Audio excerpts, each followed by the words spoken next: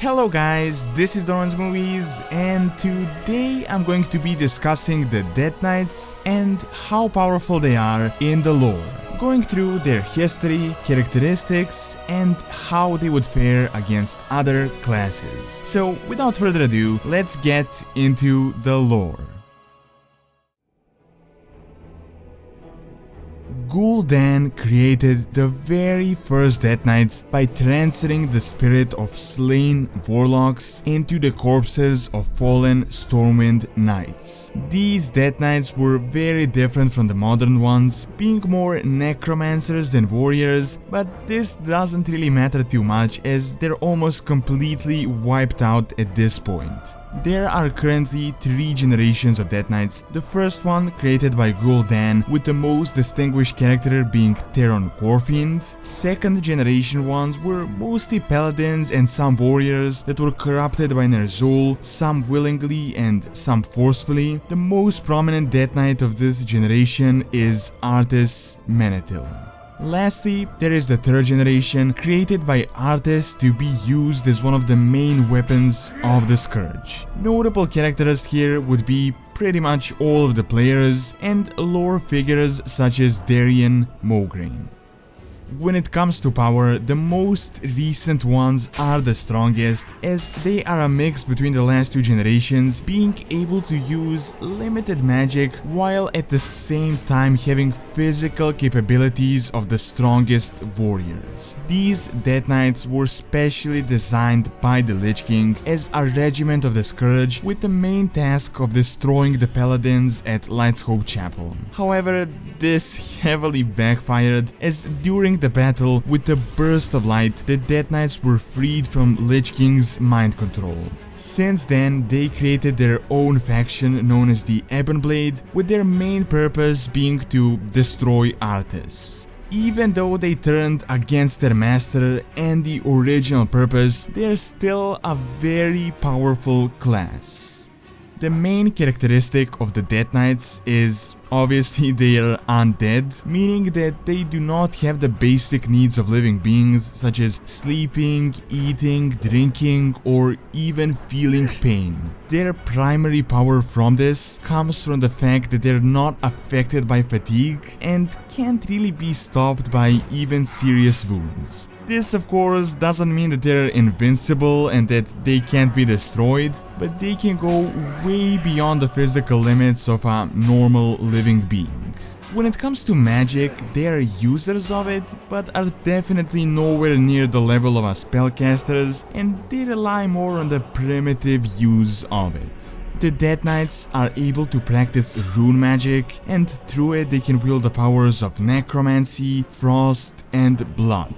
Not much is really known about rune magic itself, as a lot of stuff was retconned, but we do know the capabilities of Death Knights. With necromancy, they can raise undead minions to serve them and also fortify their own form, while also being able to spread diseases. With blood magic, they can use the life force of others to sustain themselves or boil the blood of their foes, and through frost, they can strengthen themselves and freeze their enemies. All of these abilities of course depend on the power of the specific Death Knight, but the main thing to keep in mind is that while they can use magic to empower and improve their combat efficiency, the Death Knights are definitely not spellcasters in the true meaning of the word. This means that while they can just lift up and suffocate a person or drain their life energy, they don't really possess a destructive arsenal of spells. Nevertheless though, the Death Knights are still very powerful beings and can easily overpower a regular foe. So with all of these abilities, how would they fare against other classes? Well, in this case, it really depends on the specific class. When it comes to regular melee classes like warriors, rogues, monks, and even some hunters, the Death Knights can very easily defeat them. Of course, it does depend on the actual strength of their enemy, but the fact that they're warriors just with limitless stamina and immunity to pain goes quite a bit in their favor. This means that even if they lose a limb or suffer a very heavy wound in combat, they can still keep on fighting like nothing happened and can even mend themselves with the power of necromancy. However, from the melee classes, one class stands out: the Demon Hunters. Due to their increased mobility and experience fighting foes much stronger, bigger and more powerful than a Death Knight, they have a high chance of defeating them in a duel. The problem for them though comes from how much damage a Death Knight can take and even get stronger the more he is hurt, so a slice from a Demon Hunter that would instantly kill a regular warrior could just empower the Death Knight, although with enough cuts he would fall eventually. It is, in a way, an even fight, although with the Demon Hunter's metamorphosis, they can have a significant advantage. I know a lot of people right now would say, oh, Arthas defeated Illidan, so Death Knights obviously win, but using Arthas and Illidan for comparison of these two classes is really not a good idea. First time Arthas and Illidan fought, they were evenly matched, but you have to take into consideration that at that point, Illidan just spent 10,000 years in a dark cell with barely any room to walk, let alone practice his blades. Plus, Arthas was not just a regular Death Knight, but was a champion of Ner'zhul, which means that he invested quite a lot of power into him. Second time they fought and Arthas won, it was also a very specific scenario. Illidan did have the power of the Skull of Gul'dan, but Arthas was directly under the Frozen Throne, and the Lich King knew that this was his last chance to free himself from the prison, so he pretty much directed all of his strength towards Arthas. Also, when it comes to the duel itself, Illidan very much outmatched Arthas in combat, so it was only a lucky strike at an opportune moment that led to the fatal blow that Illidan suffered.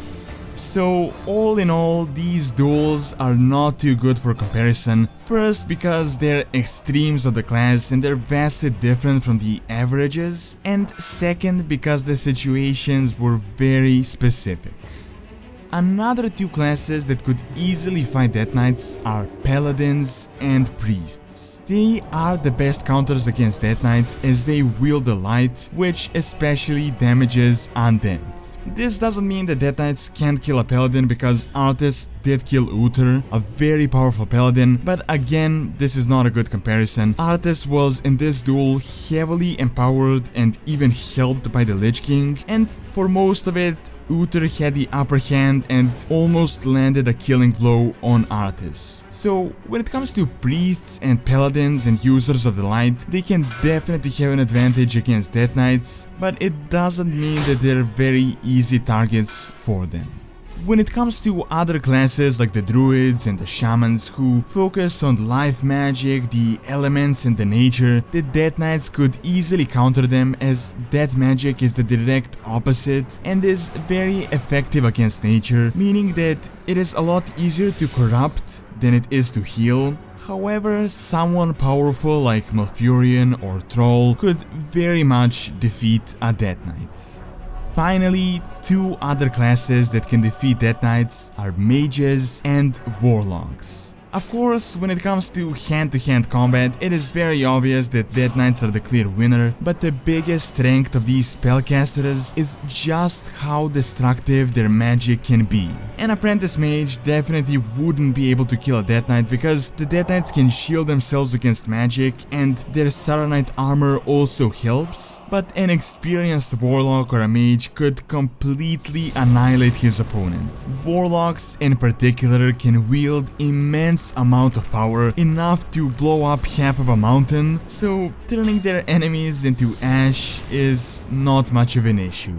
In this situation between these three classes, two spellcasters and the Death Knights, it heavily depends on the power levels, so a Death Knight would be able to kill a magician, but certain spellcasters can grow so much that a Death Knight wouldn't even be much of a threat. So, in conclusion, with all the facts, past events and characters, when it comes to the power level, I would put the Death Knights somewhere in the middle, leaning a bit to the high power side.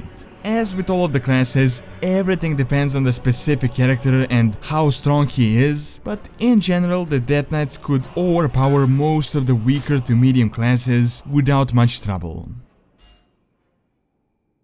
Alright, and that is all I have for this video. Do leave your thoughts on the Death Knights, and don't forget to subscribe to the channel if you want to see more videos like this, and also like the video as it really helps out and keeps all the content going. Thanks a lot for taking the time out of the day to watch this video, and see you next time.